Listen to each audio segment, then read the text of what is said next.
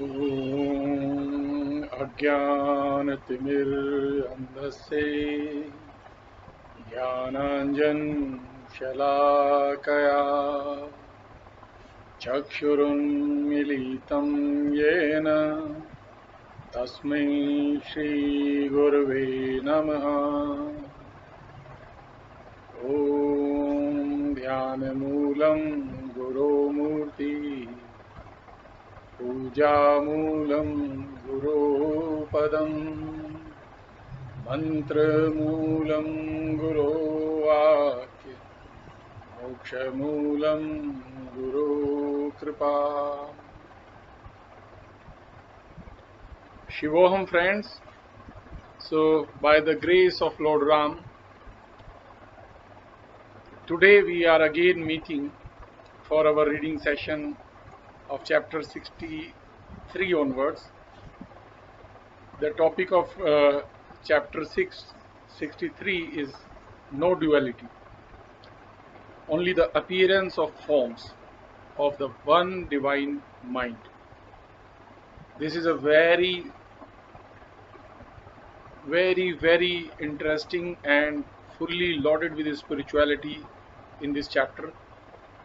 So there is no consideration of speed will be taken. Now we will stop at every verse to understand what exactly whatever we can grasp from that. And Vasishtha is continuing. The essence of Brahma is all in all and ever remains in every manner, in everything, in all places. It is omnipotence, omniform, and the Lord God of all. So this is the first verse essence. What the second verse says, this essence is the spirit or soul, whose omnipotence develops itself sometimes in the form of intellectual activity and sometimes in the tranquility of soul. Sometimes it shows itself in the movement of bodies and at others in the force of the passions and emotions of the soul. Sometimes as something in the form of creation and at another as nothing in the annihilation of the world. The only essence of the single mind, it exhibits itself in different forms. Now it is being said, it is being described in the second verse that this omnipotence of the soul, it may develop itself in the form of intellectual activity. So you see so many kind of persons. They are nothing but the exhibition of that single omnipotence of the Supreme. The intellectual activities of someone, that is the essence of the Supreme. Okay, tranquility of some souls, that is also the essence of that omnipotence. Movement of body, somebody may be very agile, somebody may be very gymnastic body. That is all this is also the manifestation of that single essence of Supreme Lord. Passions and emotions in somebody's soul, this is also the exhibition of the same essence. It is very interesting.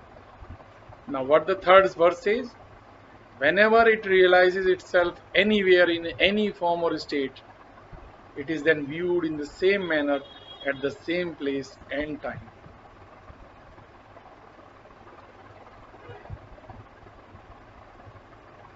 Are you getting something? Whenever it realizes anywhere in any form or state,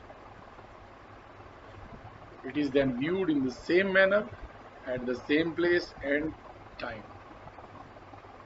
I am not getting much out of it. And the fourth one says, the absolute omnipotence manifests itself as it likes and appears to us.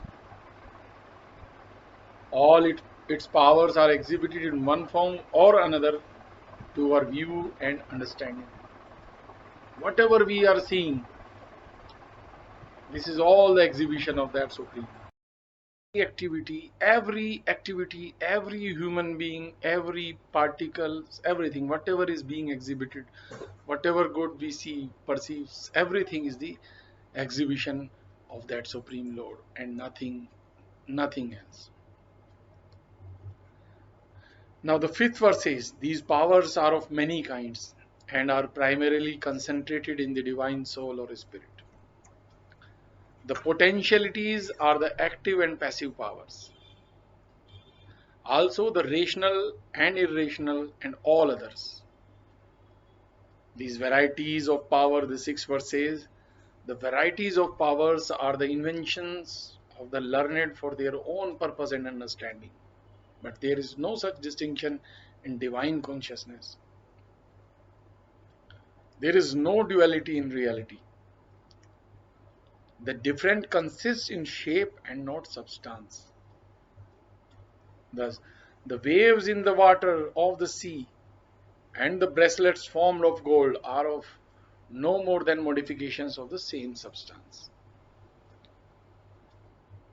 So in the same manner, whatever the duality we see around, it is all the difference of shape, but the substance is the same. There is nothing. The form of a thing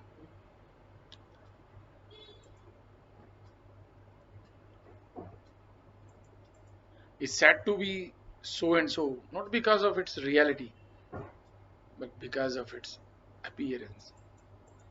We affirm that a rope is a snake, but we have neither the outward perception nor inner thought of a snake in it. Hence, all appearances are delusions of sense. It is the universal soul that shows itself in some form or the other to our deluded senses and understandings, and also according to our different apprehensions of the same thing. Only the ignorant understand the omniform God to be all forms of things. The learned know the forms to be modifications of the various powers of the Almighty and not the figures themselves. Whether forms appear real or unreal is to be known to men according to their different apprehensions, which Brahma is pleased to exhibit in any particular form to their minds and senses. So with this chapter 63 also ends, and it was a very short but very powerful chapter. And let us take now the chapter 64, in which Uncaused Brahma creates rules of causation of four forms. We have now discussed that all the forms are of the same omnipotent Supreme Brahma. Now what are the rules of causation of forms? Brahma is the cause of everything, but Brahma is uncaused. Vasishtha saying, the Supreme Deity is the all-pervading Spirit and the great God and Lord of all. He is without beginning or end, and is identical with the infinite bliss of his translucent self-reflection. He is bliss, purely bliss, infinite bliss. It is from this supreme joy and purely intellectual substance that the individual soul and mind have their rise before their production of the universe. Now at this point Ramji asked, how could the self-reflection of Brahma as the infinite spirit and one without a second conceive in it a finite individual soul other than itself and which was not in being? Very good question. Vasishtha then replied, the immense and transparent spirit of Brahma remained in a state of non-existence a state of ineffable bliss as seen by the adept yogi, but of formidable vastness as conceived by the uninitiated novice. This state of supreme bliss, ever tranquil and full with the pure essence of God, is altogether indefinable and incomprehensible, even by the most proficient in divine knowledge.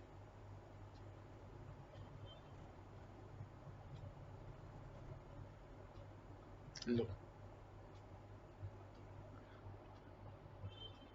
these springs, thence springs a power like the germ of a seed, possessed of consciousness and energy, which is called the living and conscious soul, and which must last until its final liberation. The vast empty sphere of this being's clear mirror of the mind reflects images of innumerable worlds set above one another, like statues engraved upon it.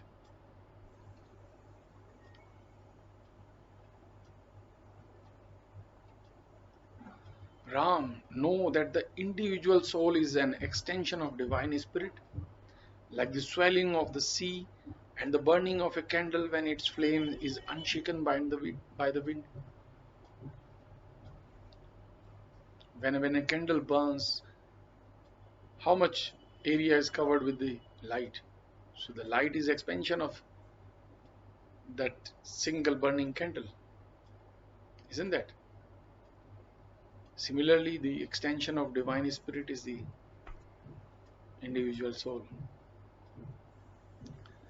The individual soul is possessed of a finite awareness as distinguished from the clear and calm consciousness of the divine spirit.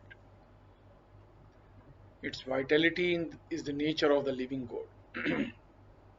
But it is only a flash of the empty consciousness of Brahma. Only a flash, nothing more than that.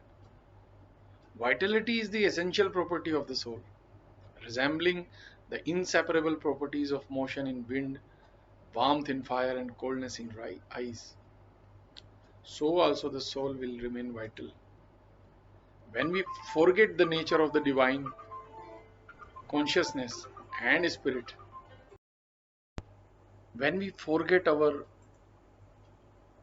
nature of divine consciousness and spirit, our self consciousness leaves us with the knowledge of ourselves, and this is called the individual soul. It is by means of this positive consciousness that we know our egoism or self existence. It strikes us more glaringly than a spark of fire and enlightens us to the knowledge of ourselves more than any other light. When we look up to heaven, we see a blue vault beyond which our eyes have no power to pierce.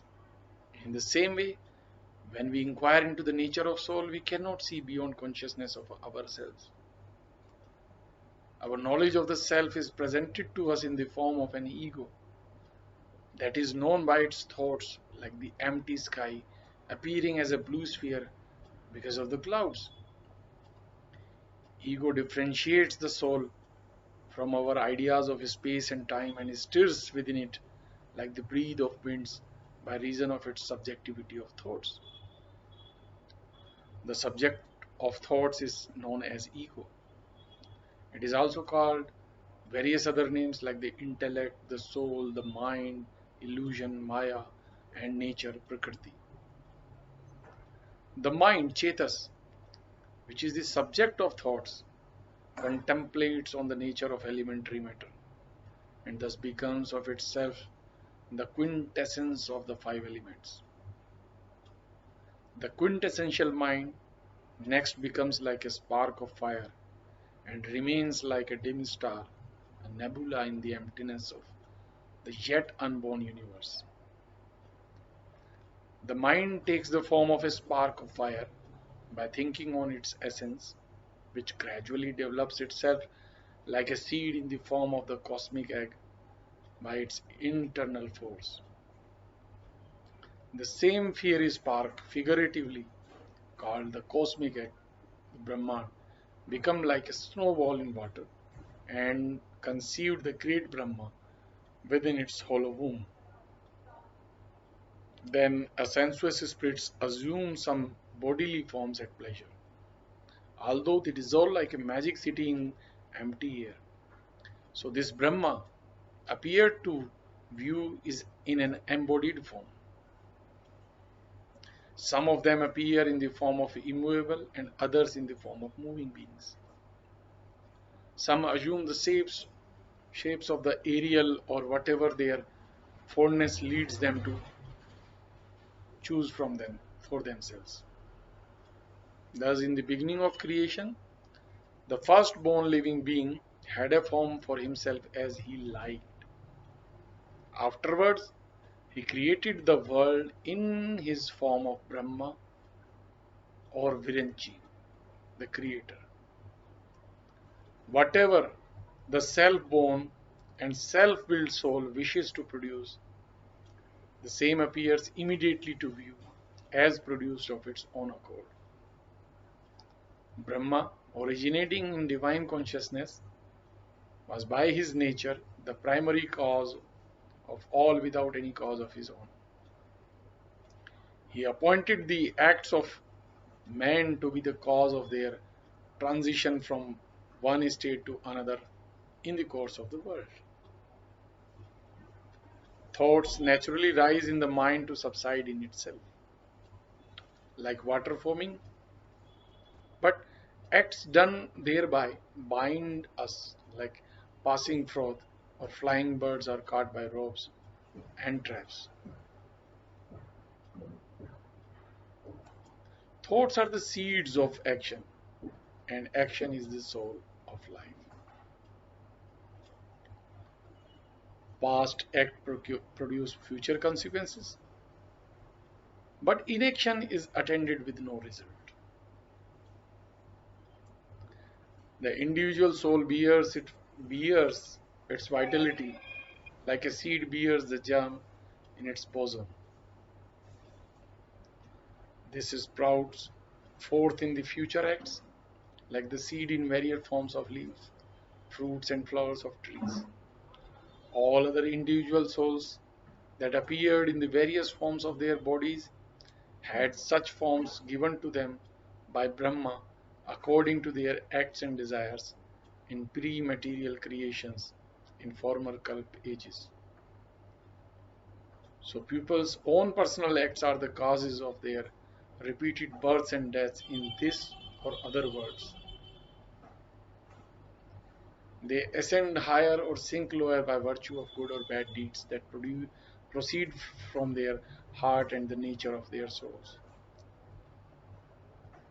Our actions are the efforts of our minds, and they shape our good or bad destinies according to their merit or demerit.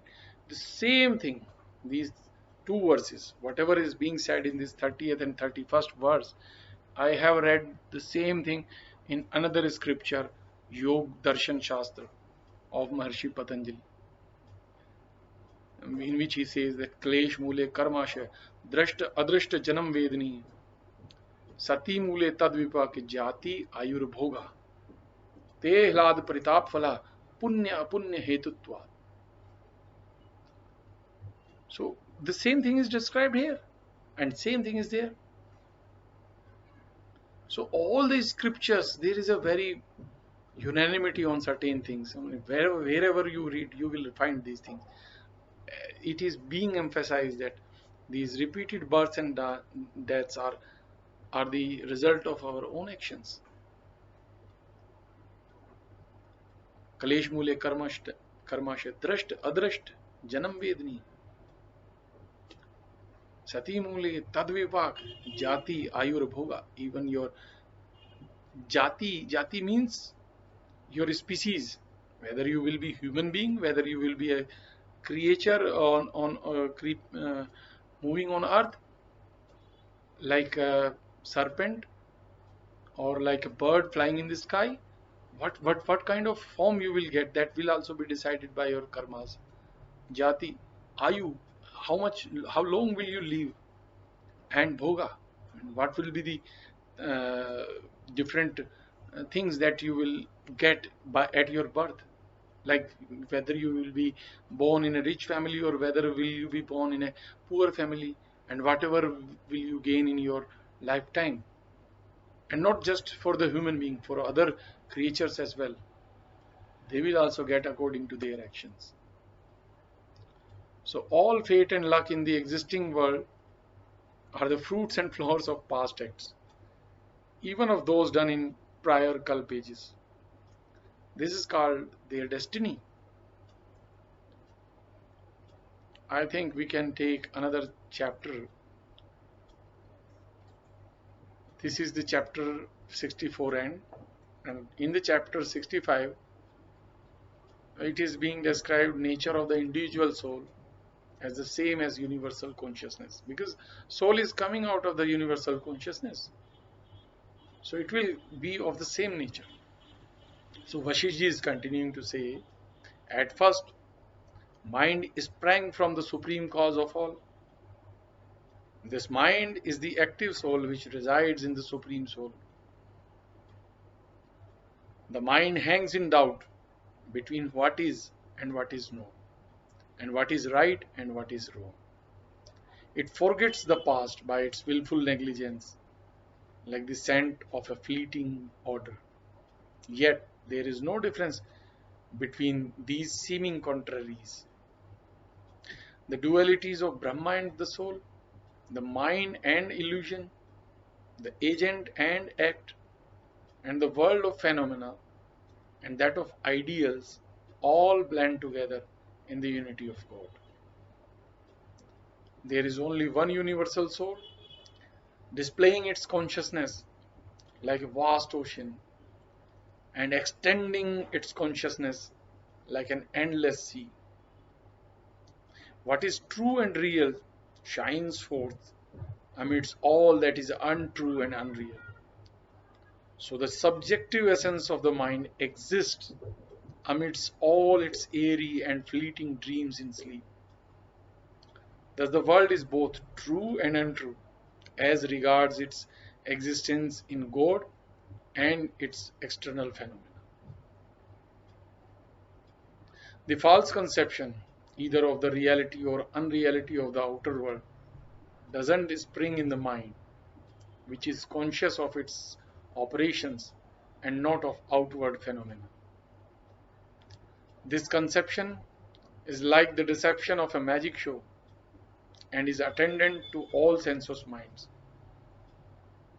It is the long habit of thinking the unreal world to be real that makes it appear as such to the unthinking. Like a protracted sleep makes it visionary scenes appear as true to the dreaming soul. It is the lack of reflection that causes us to mistake a man in a block of wood. Lack of spiritual light misleads the mind from its rationality and makes it take its false imagination for true. Like children, through their fear and lack of true knowledge, are impressed with the belief of ghosts in shadows.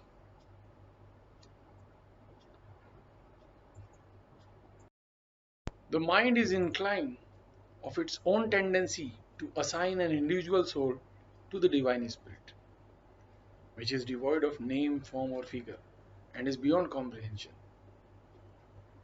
Knowledge of the living state leads to that of egoism, which is the cause of reasoning. This again introduces sensations and finally the conscious body. This bondage of the soul in body necessitates a heaven and a hell for lack of its liberation. Then the acts of the body becomes the seeds of our endless reincarnations in this world. As there is no difference between the soul, consciousness and life, so there is no duality in the individual soul and consciousness, or in the body and its acts, which are inseparable from each other. Acts are the causes of bodies, and the body is not the mind. The mind is one with egoism, and the ego is the individual soul.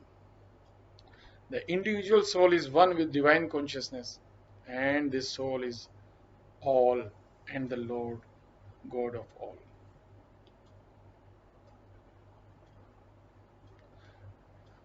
We have these three chapters, 65, 64, and 63. 63, 64, 65. These are very small chapters, but they are very fully loaded with the spiritualism. I can take another chapter, 66 also I can take, but I think these are very spiritually loaded, we should not take another one. But when I look at the pure substance in it, I want to bundle it together and let us take one more chapter, this 66 one also with us. And the heading of this chapter is Individual Souls Mistake Subjective for Objective. Thus, Vasishtha is saying, thus Ram, there is one true essence which appears as many by our mistake. This variety is caused by the production of one from the other, one from the other, as one lamp is lighted from another. By knowing oneself as nothing, as it was before it came into being, and by considering the falsity of his notions, no one can have any cause for grief. Man is only a being of his own conception. By getting rid of this concept, he is freed from his idea of the duality of the world. Just as one wearing shoes perceives the whole earth he treads upon to be covered with his skin, as the plantain tree has no pith except its manifold course. So there is no materiality to the world other than our false conceptions of it. Our births are followed by childhood, youth, old age and death, one after the other, and then opens the prospects of a heaven or hell to our view, like passing phantoms before the flighty mind.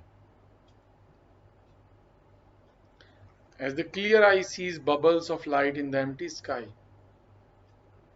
so the thoughtless mind sees the sky full of luminous bodies.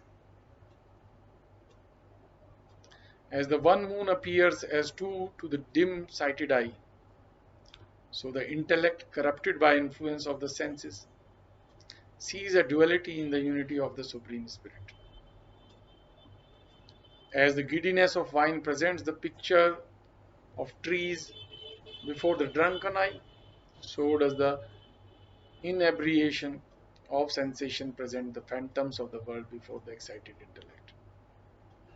Know the revolution of the visible world to resemble the revolving wheel of a potter's mill, which they turn about in play like the rotating ball of a terrestrial globe.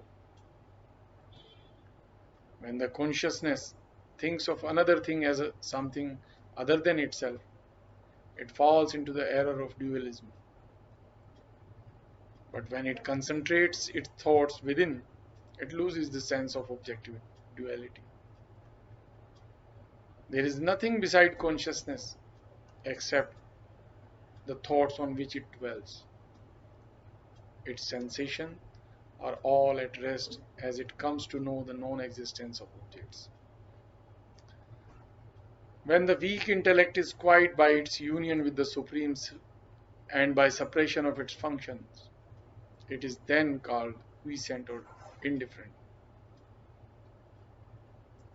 It is the weak intellect that thinks of external things, but sound understanding seizes all thoughts. It is a slight intoxication that makes one rave and revel about, while deep drinking is dead to all excitements. When sound and consummate understanding runs in one course towards its main reservoir of the Supreme, it becomes divested of its knowledge of the external things, and in the presence of the one and no other, it also loses its self-consciousness. Perfected understanding finds the error to which it is exposed by its sensation of the external things and comes to know that the birth and life and all acts and sights of the living state are as false as dreams. The mind, being repressed from its natural flight, can have no thought of anything. It is lost in itself. When the natural heat of fire or motion of the wind becomes extinct, they are annihilated of themselves. Without the suppression of mental operations, the mind must continue in its misconceptions, like that of mistaking a rope for a snake through ignorance. It is not difficult to repress the actions of the mind and rouse our consciousness in order to heal our souls of the malady of their mistaken notion of the world. If you can succeed suppressing the desires of your restless mind at any time, you are sure to obtain your liberation even instantly and without fail. This is a very great statement. This is what is being said by Maharishi Vasishtha to Lord Ram. If you can succeed suppressing the desires of your restless mind at any one time, you are sure to obtain your liberation even instantly and without fail. If you will only turn to the side of your subjective consciousness, you will get rid of the objective world in the same manner as the one is freed from his fear of snake in a rope by his examining of the thing. If it is possible to get rid of this restless mind, which is the source of all our desires, then it is possible for everyone to attain the chief end of liberation. When high minded men are seen to give up their lives like straws for an honorable cause, of course, there is no reason why they should be reluctant to abandon their desires for the sake of their chief good of liberation. Remain unfettered by forsaking the desires of your greedy mind. What is the good of getting sensible objects that we are sure to lose?